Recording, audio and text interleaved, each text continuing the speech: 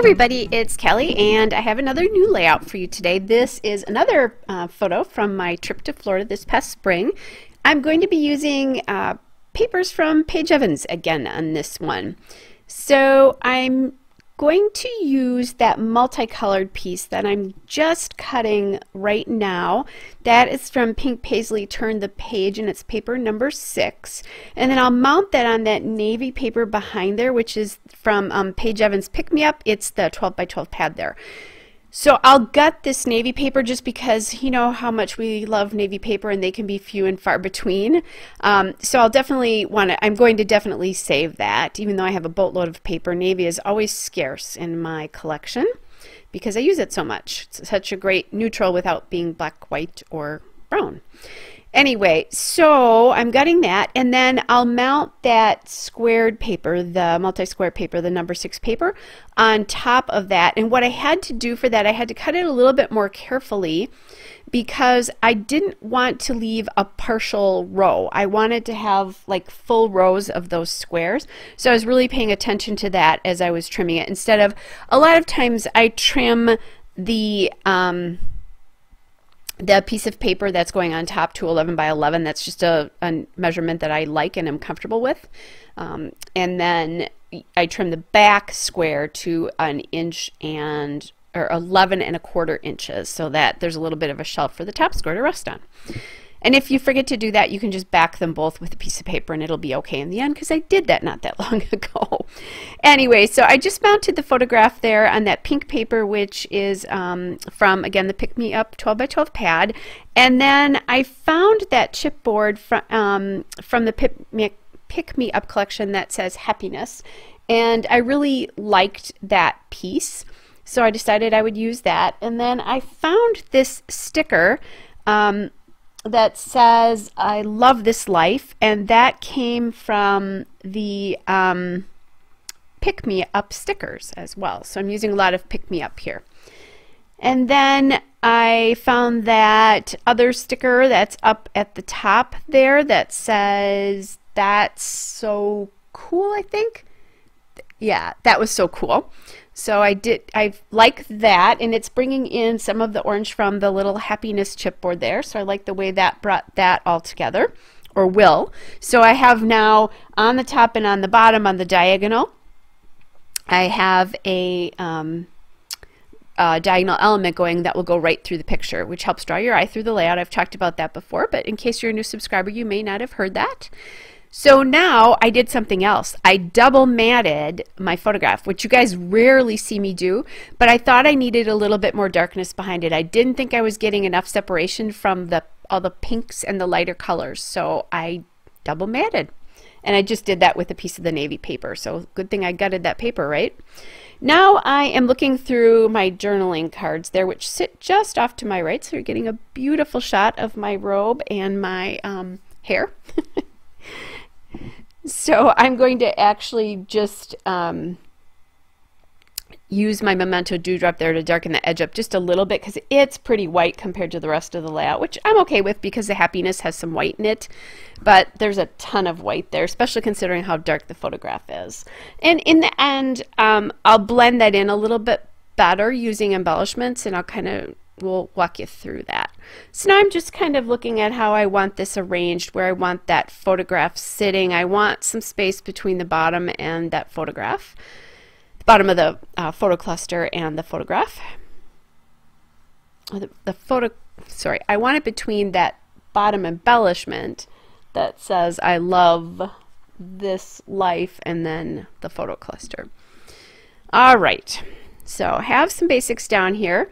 I have these chipboard flowers, and or not chipboard flowers, that's a flower sticker. I liked that, but I decided maybe I wanted something with some dimension on top of that journaling card. So instead I'm going to put the sticker up behind the circle there, and then I can put the circle up on a little bit of dimension. I'm going through my fancy free ephemera here, my die cut and ephemera pack here, just to see if there's anything in there, and I didn't see anything there that I liked or wanted to use. And there comes the chipboard. So that came from that Pick Me Up chipboard sheet. And they're just bringing the colors in, you know, because I'm using some pick-me-up papers, and the colors are pretty close to the turn the page square paper there. Then I found 2 more pieces of chipboard, one that says no worries, be happy, and the other one is just an arrow piece there. So I liked that one, thought that was kind of fun.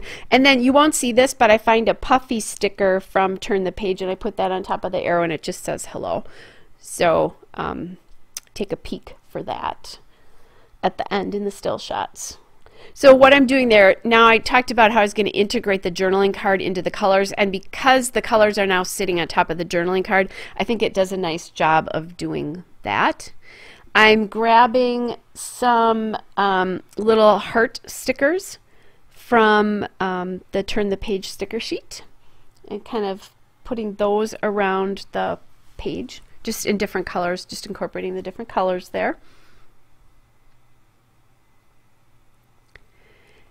And then now I don't want the title to just be happiness.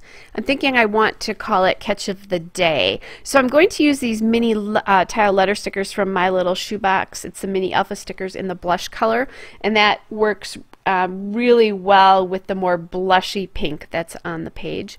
So really it reads Catch of the Day Happiness, which it was Catch of the Day Happiness, because this photograph is a picture of our table with our food on, and I had already eaten like my first serving of fish, but what we did on my last night there, we took all the fish that we had caught for the weekend, which I think there were 5 or 6 big fish, so you know, 18 inches or more, and we took them to a restaurant that cooks them for you. So they prepare them like blackened and fried and broiled and a couple of other different ways. So it was really good, and it was an awesome way to try a lot of different fish, because up until about 5 years ago, I didn't think I'd like to eat fish except what is a typical Wisconsin fish fry, which is a piece of cod or haddock battered in a beer batter.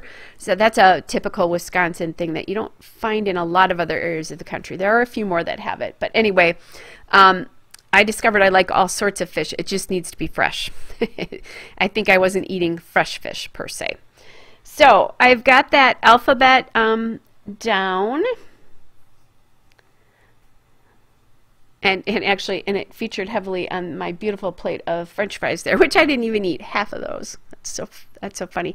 I was laughing because the friends that I were with, we all actually eat really well. This was a brown meal. I like to call it a brown meal when everything is all fried or all potatoes. So it was French fries and fried fish and coleslaw and tartar sauce. But that's okay. I don't do that every day. And the fish was phenomenal. Of course, because we caught it, right? I, by the way, did not have any part in catching any of those fish other than being a really great cheerleader. I think I held the pole once when my friend's husband needed to help her get a shark off her line. There was one day where they were catching a ton of sharks, which was really cool. And I didn't get any pictures of them. I should have, but I didn't. So I decided not to put my feet in the water, even though most of them are like, you know, 18 to 24 inches, but they did catch a 3-foot one, which is a pretty big shark.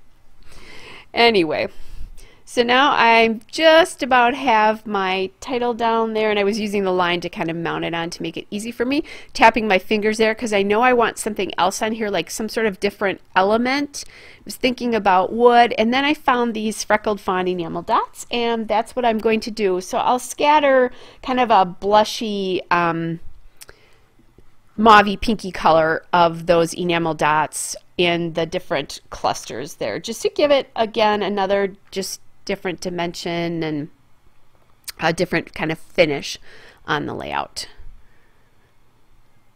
I kind of like the way that looks, and I'm kind of playing around, and I'm actually using some of the huge enamel dots. I have such a hard time finding those or using those, so what I do oftentimes is I'll tuck them under things like I just did under the heart, and I have another one tucked under the circle on the top there. So that's a good way to use those big ones if you have a problem with that and can't just do them with flower centers or things like that. Just tuck them underneath other elements in the layout, and then they're not quite as big and drastic. All right, guys, so that is the end of the layout. Hope you guys are all well, and I will be back again soon. Bye, everybody.